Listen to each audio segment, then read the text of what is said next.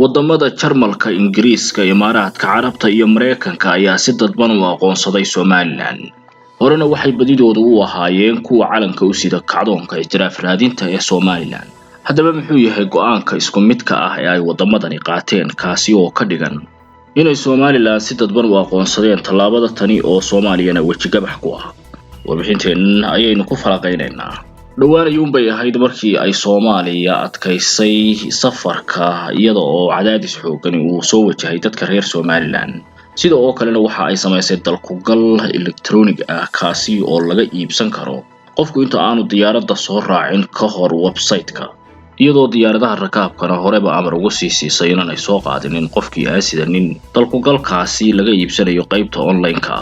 arrintani ayaana cadaadis xooggan ay kala kulantay Somaliland iyada oo dadkii shacabka ahaa ay u soo safrayay wadankoodana dib ugu soo noqonayay qaarkood la weydiiyay fiisahaasi dalkugalka ah ee Soomaaliya ay dhawaan soo saartay.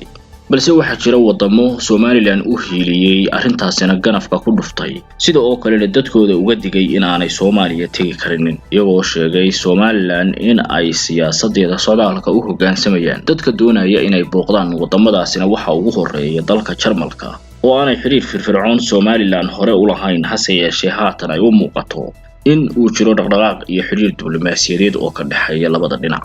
Jarmalka ayaa ah wadamada Yurub ugu tunka weyn, sida oo kalena hogaamiya dhinaca horumarka caafimaadka laga gaaray iyo dhaqaalaha.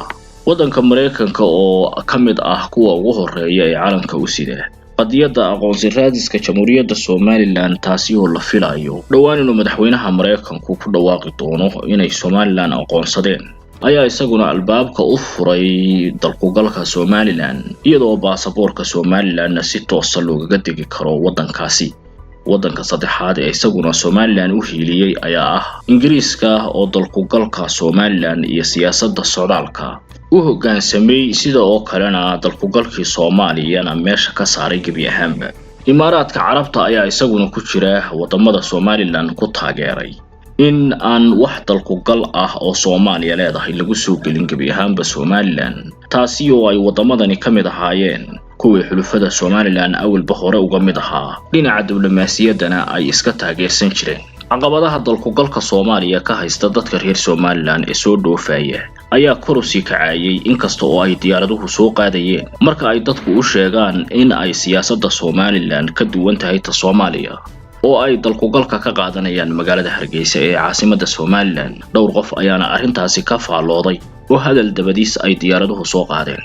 ma jeceshahay barashada qur'aanka kariimka iyo culuumtiisa hab casri ah online adigoo jooga gurigaaga iyo goobtaada shaqada? haddaba dugsiga casriga ah ee Maka Islamic Online waxaad ka baran kartaa qur'aanka kariimka, higaada, luqadda carabiga iyo culuumta shareecada. isqoristu way socotaa, fadlan hore u gaadh wixii faahfaahina nagala soo xidhiidh +252 63477 956.